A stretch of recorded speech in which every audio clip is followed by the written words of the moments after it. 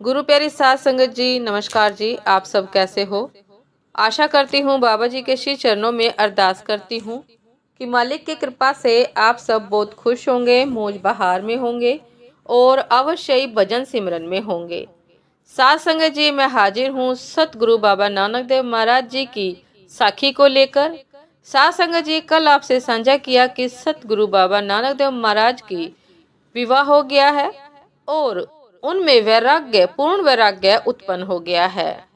साध संगत जी, उनके वैराग्य से दुखी होकर उनके ससुर क्या कहते हैं, चलिए आप सभी से साझा करते हैं।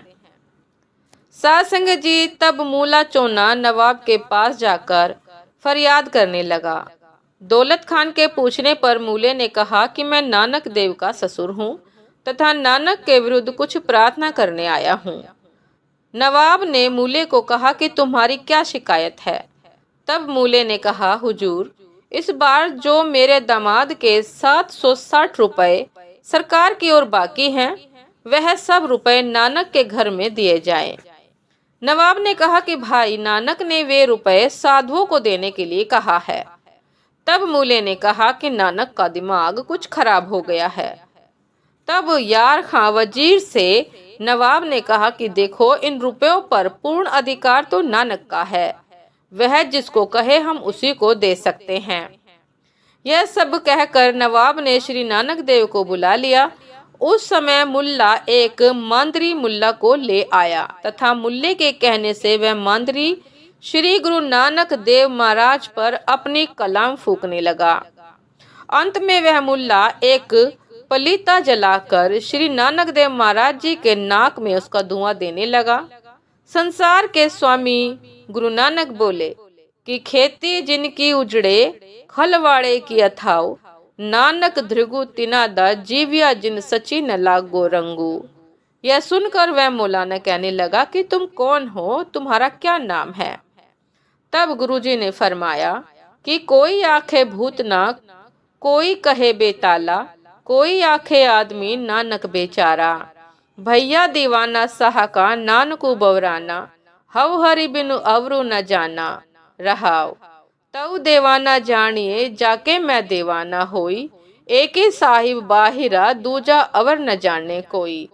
तऊ देवाना जानिए जाका एकाकार कमाई, हुक्म पछाने खसम का दूजी अवर सियापन काई। तब देवाना जानिए जा साहिब धरे पियाऊ, मंदा जाने आप कऊ और भला संसारू। साध संगत जी, गुरुजी के शब्द सुनकर मुल्ला हैरान हो गया तथा नवाब को आकर कहने लगा कि हुजूर, नानक का दिमाग बिल्कुल दुरुस्त है। नानक मामूली पुरुष नहीं है, वह तो कोई ओलिया है। नवाब ने जयराम को बुलाकर कहा कि हे जयराम, मैंने नानक देव के रुपए अपने पास तो रखने नहीं, और नानक देव ने कहा था कि यह मेरे रुपए आप गरीबों में बांट दे, तथा नानक का ससुर कहता है कि यह रुपए नानक की औरत को अर्थात उनके लड़कों को दिए जाएं, और नानक पागल हो गया है। मगर मुल्ला ने कहा कि नानक बिल्कुल ठीक ठाक है, अब जो कुछ कहो उस पर गौर किया जाए। अब वह जो कुछ कहे उस पर गौर किया जाए। जयराम यह सुनकर खामोश हो गया। तब नवाब ने फिर कहा कि जयराम, बोलते क्यों नहीं? वैसे अधिकार तो उसकी औरत का है, मगर उसने गरीबों को देने को कहा है। वैसे कानूनन नानक का पूरा पूरा हक है। तब जयराम ने कहा कि हुजूर, नानक भी तो हुजूर है, हाजिर है। नानक हाजिर है, उससे पूछ लेना चाहिए। साध संगत जी, जब नानक को बुलाया गया तो गुरुजी ने कहा कि अब नवाब से मेरा कोई काम नहीं, मैं उसके पास जाकर क्या करूँगा। जब नौकर ने आकर कहा कि नानक आने को तैयार नहीं है, तब नवाब ने हुकूमत के नशे में आकर कहा कि जाओ, नानक को गिरफ्तार करके ले आओ। साध संगत जी, जब नवाब को क्रोधित हुए सुना, तब विनम्रता के अवतार श्री गुरु नानक देव महाराज जी नवाब के पास आ गए, परंतु सलाम नहीं किया। नानक देव ने कहा कि हे नवाब, जब मैं आपके मोदी खाने में नौकर था तब आपका था, अब मैं किसी और का नौकर अब मैं किसी और का नौकर हूँ, आपका नौकर नहीं हूँ। मैं तो अब खुदा का नौकर हूँ। नवाब ने कहा, तब तो और भी ठीक है, क्योंकि आज जुम्मा है। चलो हमारे साथ मस्जिद में नमाज पढ़ो। तब नानक देव ने कहा कि मैं कब इनकार करता हूँ। सासंग जी अब नानक नवाब के साथ नमाज पढ़ने गए। तब तमाम सुल्तानपुर में शोर मच गया कि नानक देव मुसलमान हो गया है। यह सुनकर जयराम दुखी हुआ। नानकी जी ने अपनी पति को दुखी होने का कारण पूछा। जयराम ने कहा कि हे नानकी, तुम्हारा भाई नवाब के साथ जुम्मे की नमाज अदा करने मस्जिद में गया है। सारे सुल्तानपुर में इस बात की चर्चा हो रही है कि आज बेदीन नानक इस्लाम की गोद में जा बैठा है, अर्थात मुसलमान हो गया है। यह मेरी चिंता का महान कारण है। सासंगत जी नानकी जी अपने भाई का प्रभाव जानती थी। वह कहने लगे कि आप निश्चिंत रहो और भोजन करो। तत्पश्चात जयराम ने निधे ब्राह्मण को जासूस बनाकर नानक देव की ओर भेजा।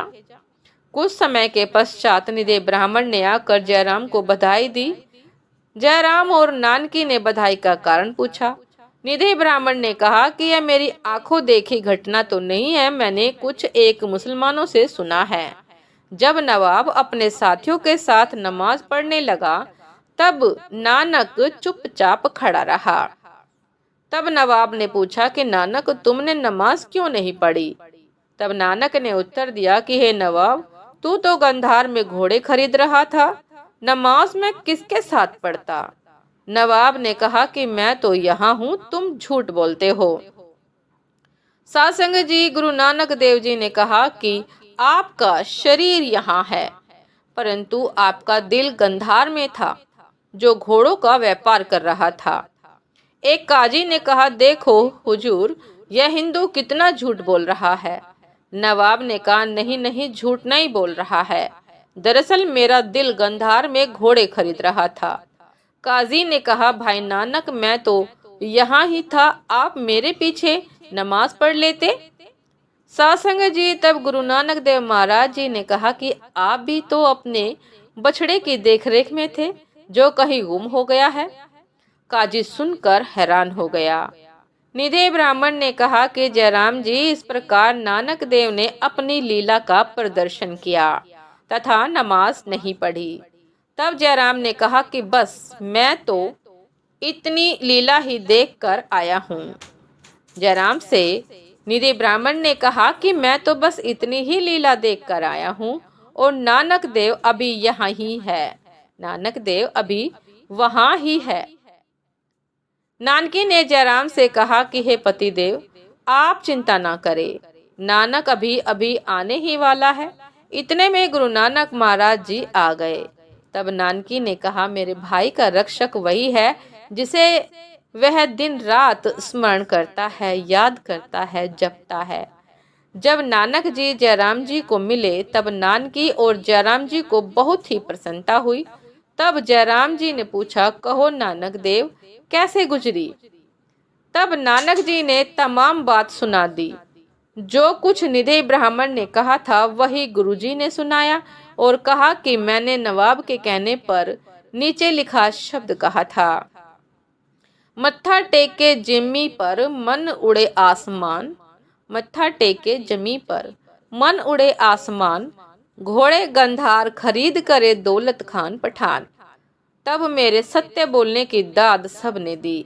काजी और नवाब ने मेरा कथन सत्य माना। फिर नवाब ने मेरे रुपए के बारे में कहा कि तुम्हारा ससुर शिकायत करता है, कहता है रुपए नानक की औरत को दे दो, परंतु तुम कहते हो कि गरीबों में बांट दो। मैंने कहा कि मैंने तो जो कुछ कहना था कह चुका हूँ, अब आगे आपकी इच्छा। मेरा कहना तो यही है कि रुपए गरीबों में बांट दिए जाएं। साथ संगत जी, ये थी आज की एक बहुत ही खूबसूरत साखी। उम्मीद करती हूँ ये साखी आप सभी को बहुत पसंद आई होगी। साथ संगत जी, यदि पसंद आई हो तो लाइक कमेंट शेयर करना ना भूलिएगा। चैनल पर जो भी नए हैं कृपा करके सब्सक्राइब कर लीजिएगा, ताकि चैनल पर मिलने वाली सभी शब्द साखियों की अपडेट आप सभी को समय पर मिलती रहे। साथ संगत जी आप हमें इंस्टाग्राम फेसबुक पर भी फॉलो कर सकते हैं। इंस्टाग्राम का लिंक डिस्क्रिप्शन बॉक्स में दिया गया है। साथ संगत जी आपसे फिर मुलाकात होती है बाबा जी की एक बहुत ही खूबसूरत साखी के साथ, आगे की वार्ता के साथ। तब तक के लिए दासी को आज्ञा दीजिए। नमस्कार जी। सदा खुश रहिए, मुस्कुराते रहिए, भजन सिमरन करते रहिए। नमस्कार जी।